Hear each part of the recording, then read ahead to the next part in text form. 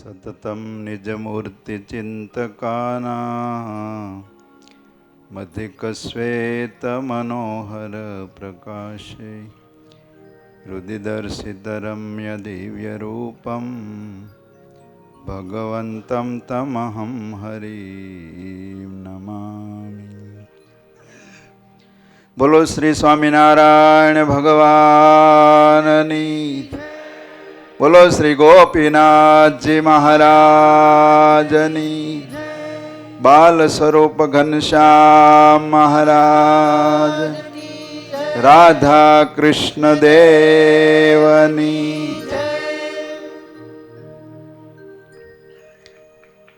ઈષ્ટદેવ સર્વાવતારી ભગવાન સ્વામિનારાયણ. શ્રી સ્વામિનારાયણ મંદિર પીપળ ગામને આંગણે તૈયાર થયું. એમાં દિવ્ય પ્રતિષ્ઠા મહોત્સવનો આ ઉત્સવ ચાલે છે.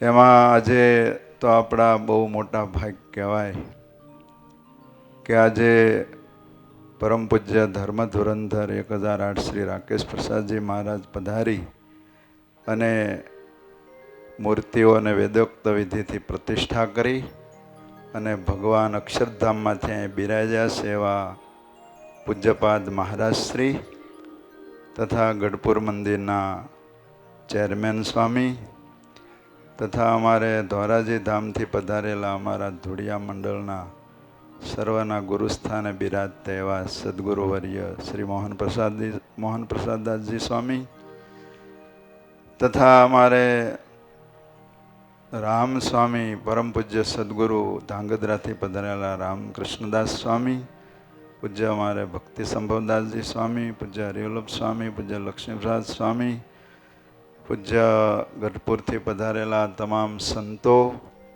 પૂજ્ય દરેક બ્રહ્મનિષ્ઠ નાના મોટા સંતો, અમારે વક્તા શ્રી અચલ સ્વરૂપદાસજી સ્વામી તથા અમૃત સ્વામી વગેરે તમામ સંતો, પાયાથી લઈને શિખર ઉદ્યમના જેણે જેણે સેવા કરી છે નાના મોટી એવા તમામ નાના મોટા હરિભક્તોને તથા યજમાન પરિવાર બધાને ભાવથી જય સ્વામિનારાયણ, જય સ્વામિનારાયણ.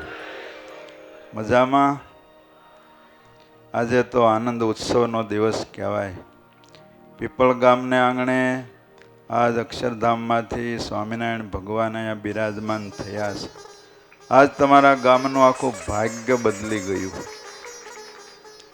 વાલા ભક્તો, સ્વામિનારાયણ ભગવાનનો મત છે કે મંદિરો બાંધવા.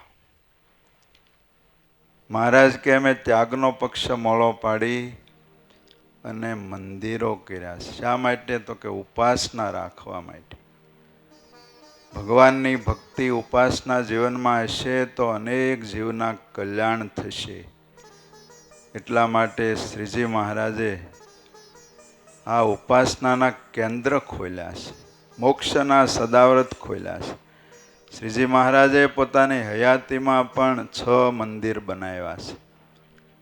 પહેલું મંદિર અમદાવાદનું બનાવ્યું, એમાં નરનારાયણ દેવ પધરાવ્યા. બીજું મંદિર ભુજનું બનાવ્યું, એમાં નરનારાયણ દેવ પધરાવ્યા. ત્રીજું મંદિર આપણે વડતાલનું બનાવ્યું, એમાં લક્ષ્મીનારાયણ દેવ પધરાવ્યા. ચોથું મંદિર ધોલેરાનું બનાવ્યું, એમાં મદન મોહનજી મહારાજ પધરાવ્યા. પાંચમું મંદિર જૂનાગઢનું બનાવ્યું, એમાં રાધારમણ દેવ પધરાવ્યા. અને છઠ્ઠું મંદિર જે આપણે અહીંયા બાજુમાં જ ગઢડામાં શ્રી ગોપીનાથજી મહારાજ બિરાજે છે એવા 6 મંદિર મહારાજે બનાવ્યા.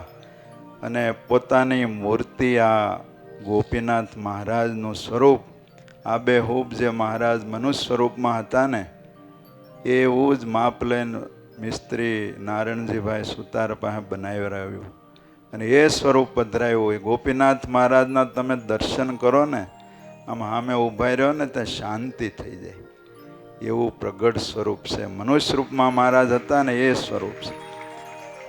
અને વડતાલમાં જુઓ તો અક્ષરધામસ્થ જે ભગવાનનું સ્વરૂપ છે, વૃત્તાલય ભગવાન જયતિ સાક્ષાત એવા હરિકૃષ્ણ મહારાજનું સ્વરૂપ પધરાયું છે.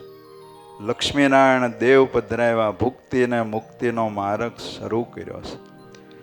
આ લોકમાં પોતાના આશ્રિત બધા સુખી થાય, આ લોકમાં સુખી થાય અને ધામમાં ગયા પછી ભગવાનના સુખે સુખ્યા થાય, એ ભુક્તિ અને મુક્તિ શ્રીજી મહારાજે આ લોકમાં આવીને પ્રદાન કરી છે.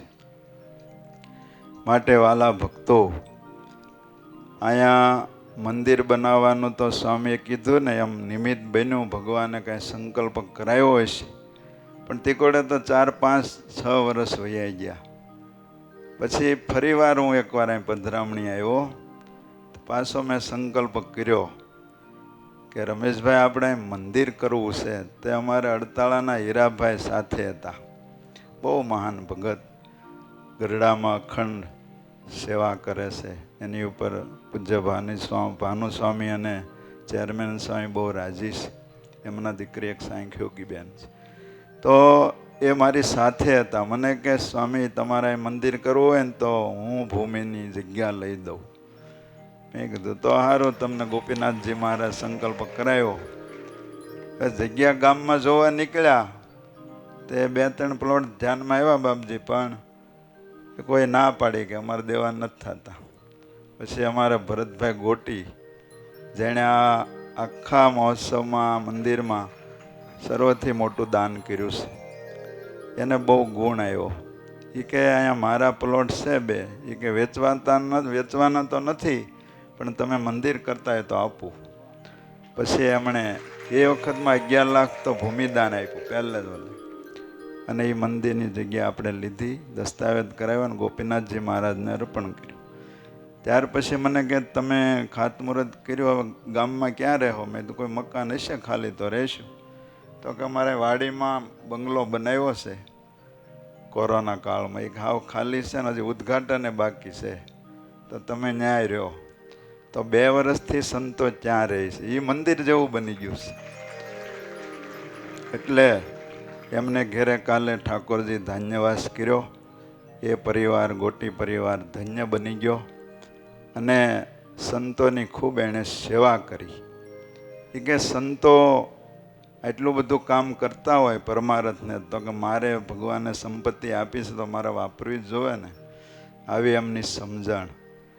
ત્યાર પછી અમારે ભીમજીભાઈ, એમનું મોટું દાન.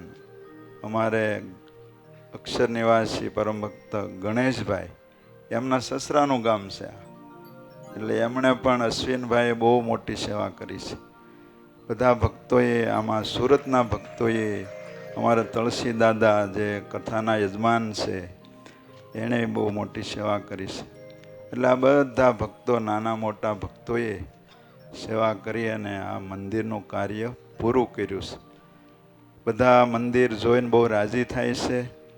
સંતો પણ બહુ આવ્યા. કાયમ બાપજી આ ટેજ ખાલી નથી રહ્યું. ગઢપુરના એટલા સંતો આવ્યા, વડતાલના આવ્યા, બધા સંતોએ આવીને આશીર્વાદ આપ્યા છે.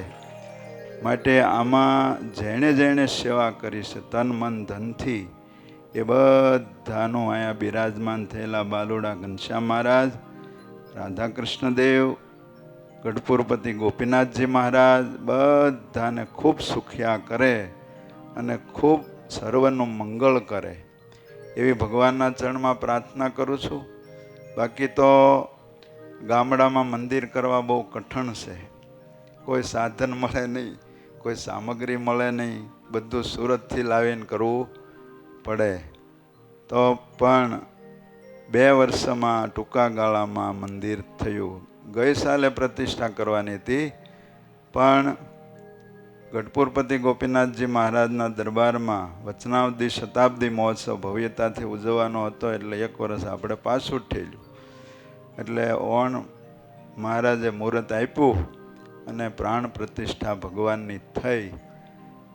તો કહેવાનું, ભગવાનના ચરણાયનમાં પ્રાર્થના કરીએ, પરમ પૂજ્ય મહારાજશ્રીના ચરણાયનમાં પ્રાર્થના કરીએ, વડીલ અમારે પૂજ્ય સ્વામીના ચરણાયનમાં, બધા સંતોના ચરણાયનમાં પ્રાર્થના કરીએ કે તમે બધા અમને રાજી થઈને રૂડા આશીર્વાદ આપો અમારા મંડળને, કે અમે કાયમ માટે ભગવાનને રાજી કરતા રહીએ ને રાજીપાના પાત્ર બનીએ. ને આ સત્સંગમાં ભગવાન સ્વામિનારાયણ થાપેલો સંપ્રદાય એની રીત પ્રમાણે રહીએ અને અમારા આત્માનું કલ્યાણ કરીએ અને સર્વને રાજી કરતા રહે એવા કૃપાના પાત્ર બનીએ એવા પૂજ્ય મહારાજ શ્રી સંતો અને બધા રૂડા રૂડા આશીર્વાદ આપજો. એટલી પ્રાર્થના સાથે બધાને જય સ્વામિનારાયણ.